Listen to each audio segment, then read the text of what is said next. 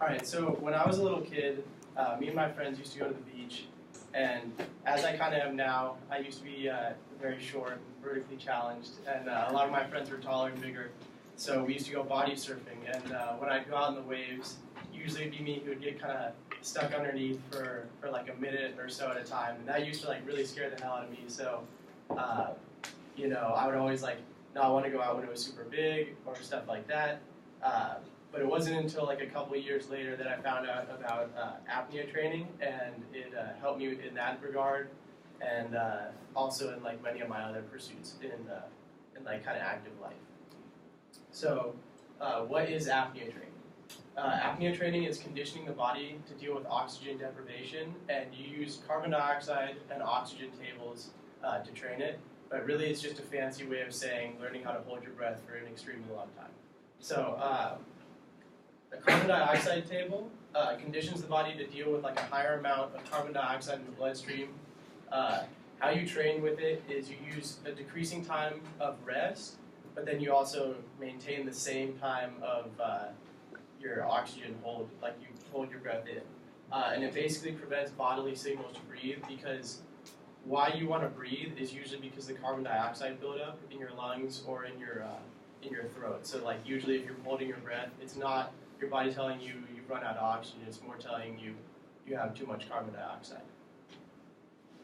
This is a CO2 table example, and you can see on the breath, see the hold remains the same, but you're decreasing the amount of time that you would use to like breathe in between sessions. So therefore, you allow that buildup of carbon dioxide as you continually hold your breath, and you don't give your body time to recover. So then it's more conditioned when you get out in like a real life situation. An oxygen table conditions the body to deal with low amounts of oxygen in your bloodstream and kind of deprives you of oxygen. These take like a lot longer to train, because usually people can train themselves to be worked off high CO2, but it takes a while to train off low O2, and you can't really increase your lung capacity that much from what you're given at birth.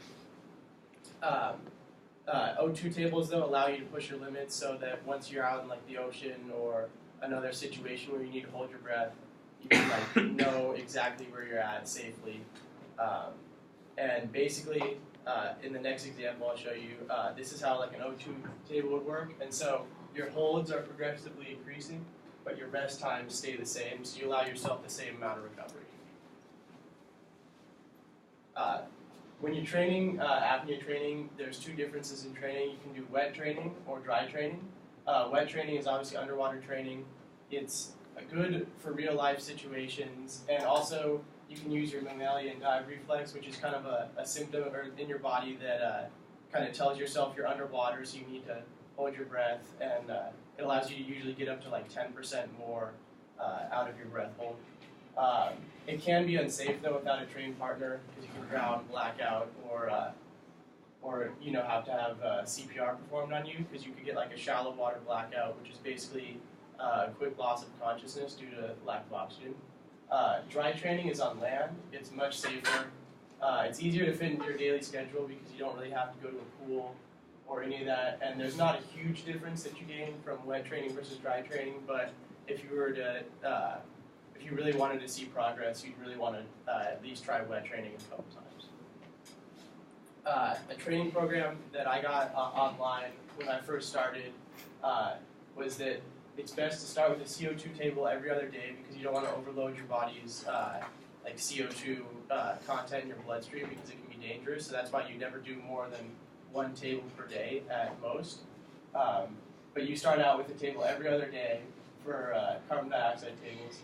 And then after 2 weeks, you switch to O2 training every day. And by the end of this, you want to look for like a minute or more increase in breath hold. And online resources are obviously like a great place to start. I usually like to use an app, because it will calculate from your prior max breath hold the percentages that you want to gain, because on an O2 table, you want to have about 80% of your max in the final round. So,